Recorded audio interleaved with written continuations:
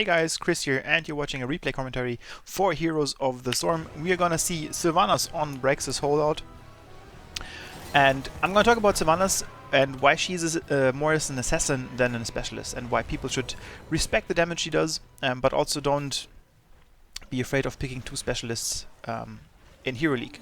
So one of the issues that some people have is that they see, for example, Sylvanas and Zagara, and they say, oh, you can't have two specialists on a map because they don't do damage.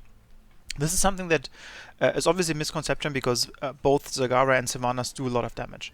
I would agree on some parts that you, for example, want to have an Asmodan and a Gazlo, but I will show you why she's a very good assassin in this case for Sylvanas, and why it's totally fine to have more than one specialist.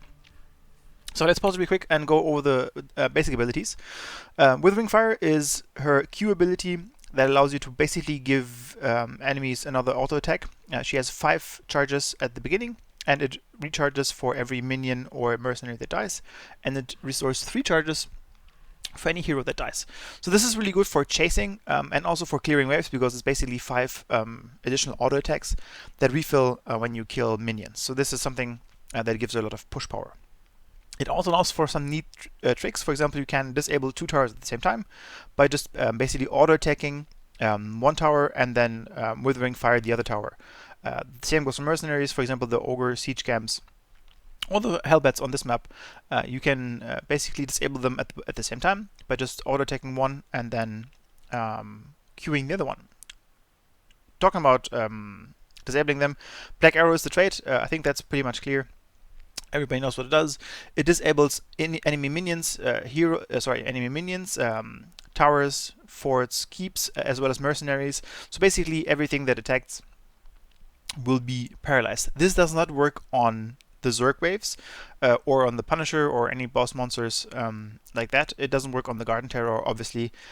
So it also doesn't work on Gazlo towers, for example. Gazlo turrets is not affected by that. And also Zagara's minions, like the Hydralisk and the Roaches, are not disabled by paralysis. By Black Arrows, and also not by paralysis, which is the first talent, which we're going to look into one second. So, second ability on W is Shadow Dagger. This is why she's so strong as an assassin, in my opinion. It's a 10-second cooldown, and we will see how we can even lower this in a second. It will give you a lot of poke that is very surprising, and it is up for a very, very long time. So it does 2 seconds damage, right? But because of the thing that it spreads to the next target, it spreads basically to everything around you. So it does a lot of damage to heroes, buildings, and also minions, obviously. And we're going to see how it works in a second. Haunting Wave is probably one of the best escapes in the game right now, because you get unstoppable when you Haunting Wave to your location, to your target destination. So once you've launched your Haunting Wave, you are unstoppable. That means that if people don't stop you before by stunning you, they can't stop you anymore. You can go through routes and everything. Like, you're basically not catchable anymore. 11 seconds cooldown, and then on your heroic, you only have Wailing Arrow. To be honest, I don't think that mind control is ever good unless you want to play something very silly or so. So early game is on Brex's holdout normally a 4-1 lineup, which we did, but normally you play 1-4 on the top to bottom, so 1 on the top and 4 bottom. For some reason, I think my team wanted me to be with the team, so they came up. It's a little bit interesting to see, and you can see already, like, I did a lot of damage to Vala, who was focusing on Johanna. So you can see that even early game, I do a lot of damage with Sylvanas. And the most important thing is we are very close to their wall, but because of Shadow Dagger, we disable the the towers shots, so we actually take less damage very close to the wall than we normally would. This is important on Braxis. Always try to take the globes with the team. Well done by the enemy Tychus there. And you will see that I will use Shadow Dagger very much on cooldown. It's up right now, and there you go. At the beginning, you will use it a lot on minions because you don't have the push power that you have in the later mid-game, which makes many people think that she's not a very strong solo laner, which I disagree with. Obviously, she gets bullied by Rexa, Zagara, and Chen maybe. But if you have like a laner like Thrall, you can actually trade very well with them. Obviously, you might not win every game, especially against a good Thrall, or every lane. but she's definitely not a weak laner in the early game. She gets stronger the longer the game goes on, and from level 7 on she basically holds her own against pretty much everybody. On level 1, again, we took Paralysis, which means that our trait Black Arrow will last longer, 75% longer. This is very good because you basically don't have to refresh your auto attacks on buildings, meaning you can attack more heroes. In the early game, you will oftentimes use Shadow Dagger on minions as well, rather than on heroes, because you need the pushing power, as I said. But this changes basically from level 4 on, if you have a bigger opponent lane. So meaning, like for example in here, where we have 4 heroes, level 4 and Lost Soul will give you a lot of resets on Shadow Dagger, which means that minions are not as valuable anymore to disable. So the push is not as important as the damage is. We obviously also have Johanna in this lane here, means that we will have a lot of pushing power anyway. So Lost Soul is basically a reduce for Shadow Dagger, and you can reduce Shadow Dagger up to 4 seconds. Because you can, well, actually it's a little bit more because you can hit, theoretically can hit 4 heroes. So in this lane I can reduce it up to 4 seconds, so it would only be a 6-second cooldown, because I can hit the first hero and then spread it to the other ones. You can theoretically also spread it on minions, and then if it spreads to heroes right away, it will even further reduce the cooldown. This is one thing that you have to be careful with in your early game, as I die here. You don't have a lot of health, so this is why you can be bullied out of lane pretty quickly. So that's something that you have to be careful about. So again, back to Lost Soul. This is why she becomes an assassin from level 4 on, basically. If you have stacked lanes like here, she's very, very powerful because you basically have Lost Soul up every 5 to 6 seconds. And you can spam it out. It doesn't cost that much mana, it's 75 mana, so it's an okay spell to spam. Obviously, together with Withering Fire, which doesn't cost any mana, you do a lot of damage. So you have to be a little bit careful with the Haunting Wave, because it costs the same amount of mana, so you don't want to basically use Shadow Dagger and then lose the ability to Haunting Wave away. This is one of the issues that I have as a player. I play very defensively and don't go too deep into enemies, even with Sylvanas, which sometimes can be a little bit negative because I don't chase 4 kills and don't get the easy ones. So as you can see, I tried to stay in the backline while I could have theoretically went on Leroy here. So now we reached level 7, which is when Sylvanas gets the full amount of her pushing power with Barbed Shot. So Barbed Shot is, in my opinion, the best talent for pushing right now. It has 200% bonus damage with Withering Fire. That means you basically annihilate every creep wave that is. It also is very good against mercenaries, obviously, but it also is good against monsters, so it does damage against immortals, punishers, and so on. So that's pretty cool. There's, on level 7, also Unstable Poison, which lets the dying minion explode, which was the go-to talent before it got nerfed. It's not as good anymore. It also doesn't do anything against mercenaries because they don't explode that much. So in that situation, you don't get benefit of it.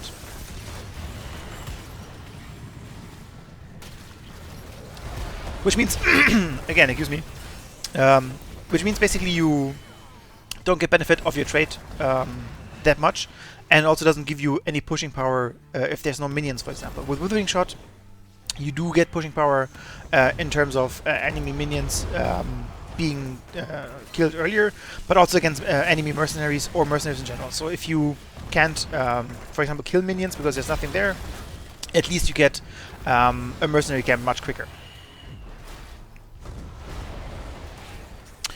This is also a time where Sylvanas struggles a little bit from before level 10, because you do a lot of damage, but you don't have the finishing power to kill an enemy necessarily. So while you do a lot of poke damage, you're not a burster, so you have to be a little bit careful about overextending or committing to a fight too much.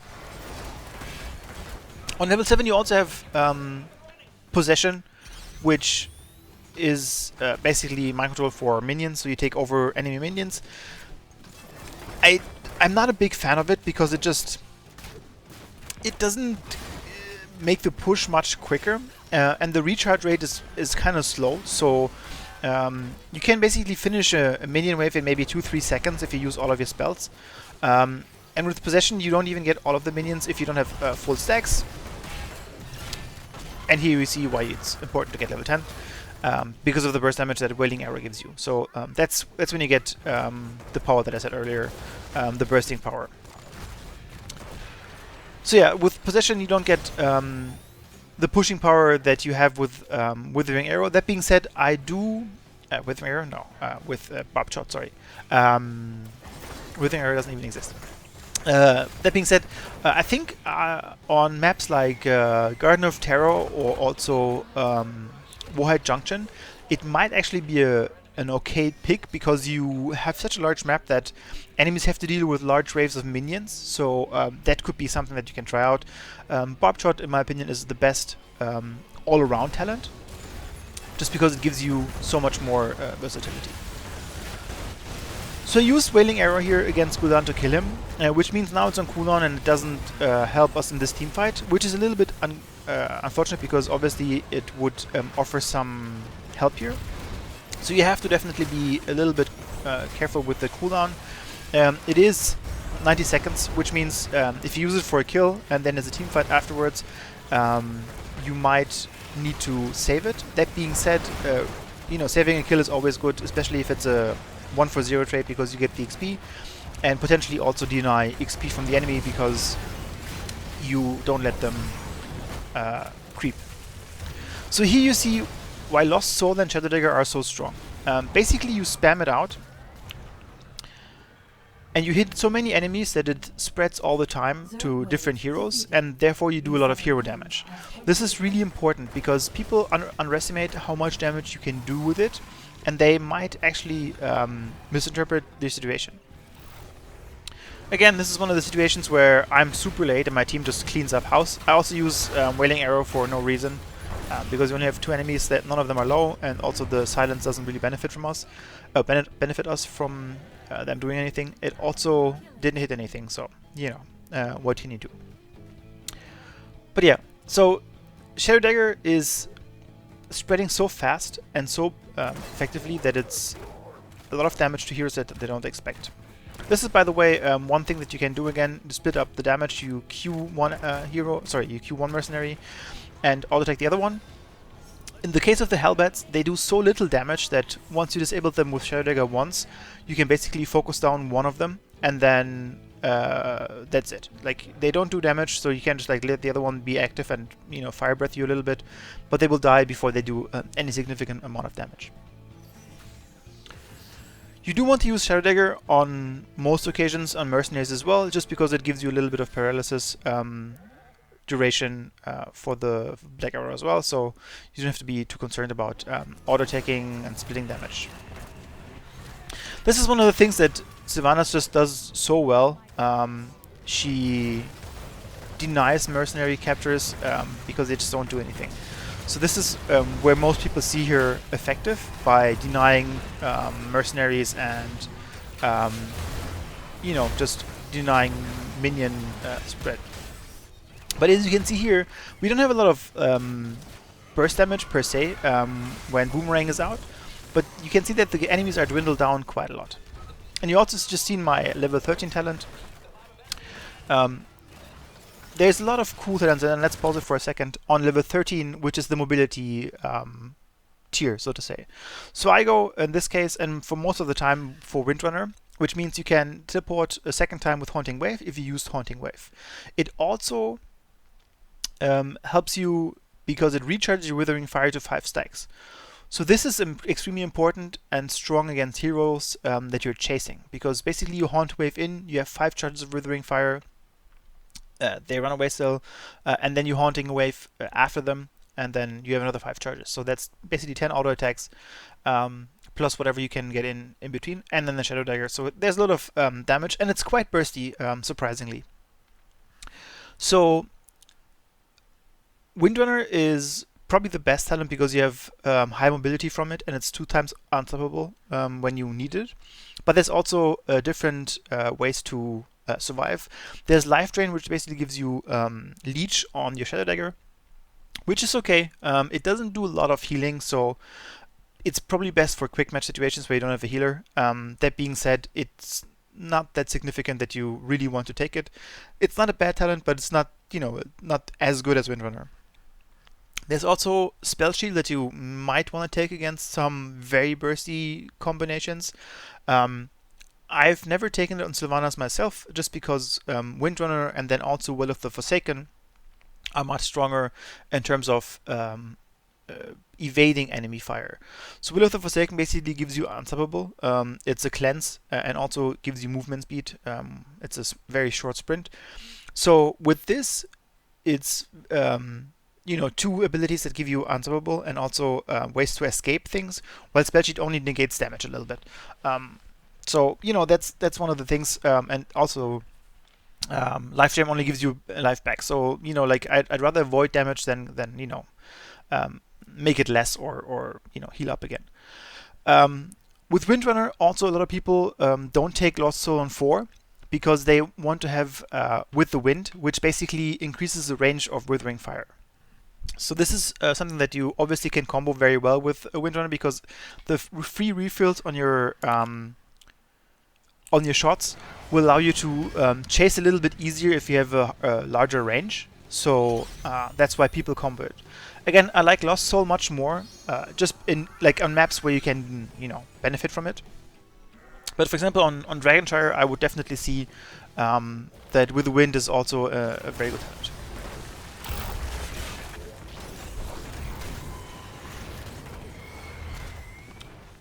Yeah, I mean, that's Zarya heroic and then just people dying. That's not very impressive.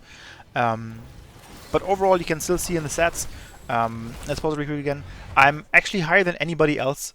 Even Tychus is not doing as much damage, and he has pretty good targets with Johanna and Zarya. And then overall, the enemy team is struggling a little bit, obviously, so they don't have that much damage going on for themselves. But even our team, Falset is one of the better damage healers, and Zarya is basically being praised for being one of the most broken heroes in the game, even after the nerfs for some people. So you can see that you topple the damage meters pretty well. Here you see what you can do with the Withering Fire charge. Basically, you use Haunting Wave twice, and then you have just 10 attacks against the boss for free. They also do more damage because of Barbed Shot. So therefore, a lot of damage coming in, and very easy to clear any bosses. And this is where Sylvanas gets so strong, and where we also will end the game. This is a boss push with the map objective. And this is where you normally want to ban Sylvanas out on maps like this. So on maps like Brex's Holdout, on maps like Battlefield of Eternity, Infernal Shrines, maybe Garden of Terror, but it already disables a lot of the turrets. But also Dragonshire.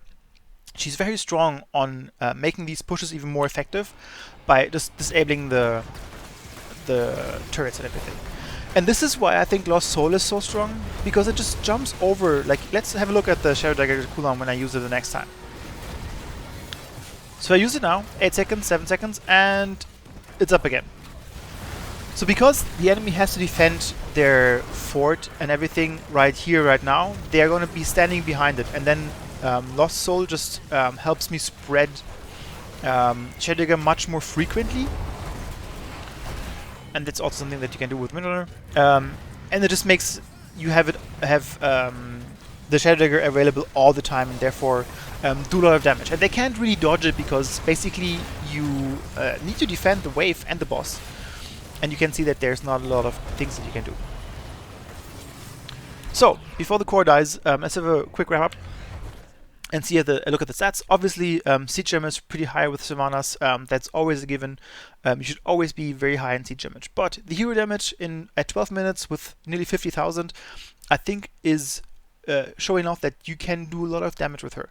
Don't always play her as a specialist necessarily, but do try to see her as an assassin more than a specialist. On top of that, I think personally she's good on every map. She for me is the first pick. She's a comfort pick for me, so that I pick her first anyway. But I think she doesn't fit any. Well, she fits every composition. She doesn't fit into anything that has too much specialists or already a little less burst damage. So for example, the last pick Sylvanas, when you don't have any mages and maybe like 2 tanks and a support, and you only have maybe Falstad as a damage dealer, maybe that's not the best thing.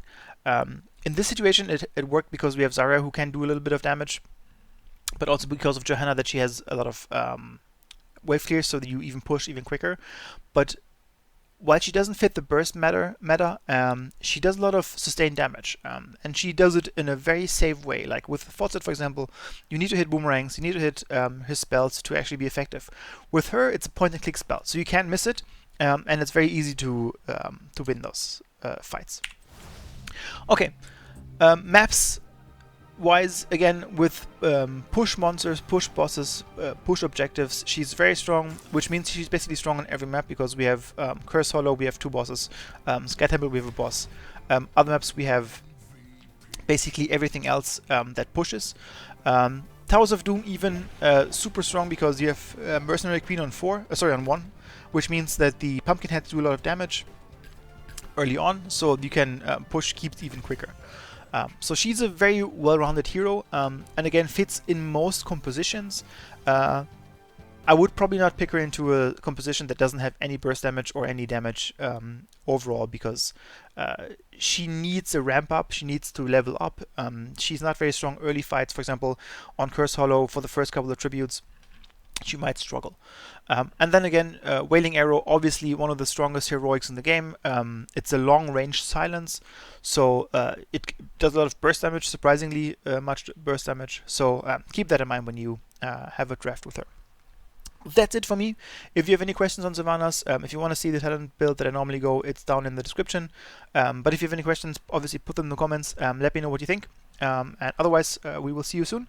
And have a good day. Bye-bye.